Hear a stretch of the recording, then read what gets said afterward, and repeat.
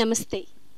ప్రముఖ సాహితీవేత్త, నాటక సినీ నవలా రచయిత, బహుముఖ ప్రజ్ఞాశాలి, ఎడిటర్, సకల కళా ప్రావీణ్యులు, అద్భుతమైన నటులు, దర్శకులు, 3 దశాబ్దాలకు పైగా ప్రజల్ని వైవిధ్యభరితమైన పాత్రల్లో పోషించి ప్రజలను మెప్పించి ఎన్నెన్నో అద్భుతమైన అవార్డుల్ని, ప్రజల రివార్డుల్ని సొంతం చేసుకున్నటువంటి విశాఖ మణిపూస, అలాగే సకల కళా ప్రావీణ్యులు అయినటువంటి శ్రీ గొల్లపూడి మారుతీరావు గారికి బేసింగ్స్టోక్ ఇంగ్లాండ్ ప్రవాసాంధ్రుల తరపున షడ్రుచుల సంగమంతో స్వాగతం పలికే శ్రీ విజయనామ సంవత్సర ఉగాది శుభాకాంక్షలు.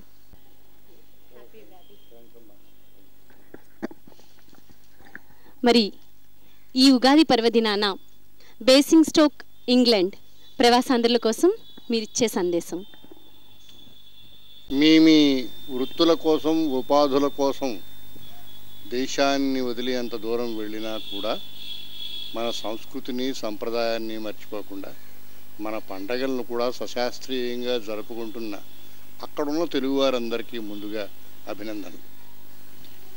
తెలుగుదేశం మీద, ఆ మాటకు వస్తే భారతదేశం మీద ఇవాళ ఎన్నో సంస్కృతుల ప్రభావం ప్రతిరోజు ప్రతి విషయంలోనూ కనిపిస్తున్నా 150 సంవత్సరాల బ్రిటిష్ పాలనలో ఉన్న ఒక కారణం చేత మన సంస్కృతిలో భాగమై మన సంస్కృతికి దగ్గరగా ఉన్న చాలా విశిష్టమైన ప్రత్యేకమైన సంస్కృతిగా బ్రిటిష్ సంస్కృతి కనిపిస్తూ ఉంటుంది. కనుక ఎంతో కొంత మీరు తెలుగుదేశం నుంచి దూరంగా వెళ్ళినా తెలుగుదేశంలో కనిపించే కొన్ని సంస్కృతి లక్షణాలను ఎక్కడ కూడా చూస్తూ ఉంటారు.